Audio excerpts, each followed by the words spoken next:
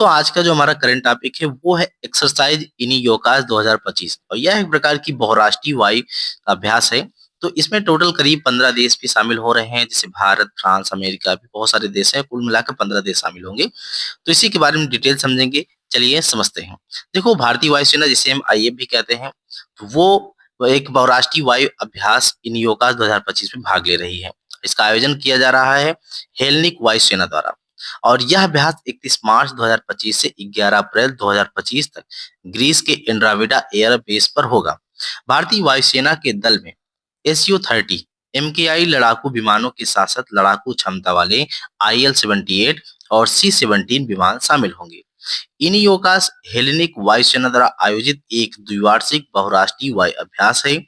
यह वायुसेनाओं के लिए अपने कौशल को निखारने, सामरिक ज्ञान का आदान प्रदान करने और सैन्य संबंधों को मजबूत करने के लिए एक मंच के रूप में कार्य करता है।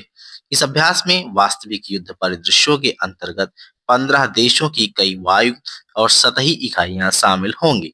इसे आधुनिक समय की हवाई युद्ध चुनौतियों का अनुकरण करने के लिए डिजाइन किया गया है।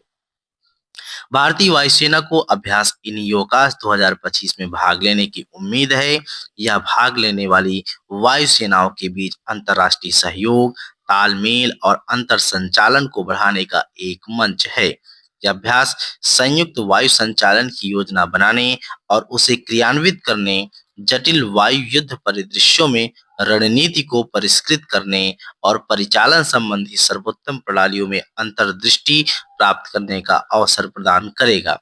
एंड्राविडा से संचालित सभी ऑपरेशनों से भारतीय वायुसेना की भागीदारी न केवल इसकी परिचालन क्षमताओं को मजबूत करेगी, अपितु भाग लेने वाले देशों के बीच आपसी सीखने और बेहतर समन्वय में भी योगदान देगी।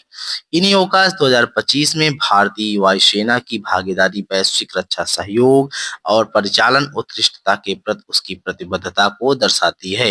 यह अभ्यास भारत की रणनीतिक साझेदारी को और मजबूत करेगा और मित्र देशों के साथ संयुक्त अभियानों में इसकी क्षमताओं को भी बढ़ाएगा।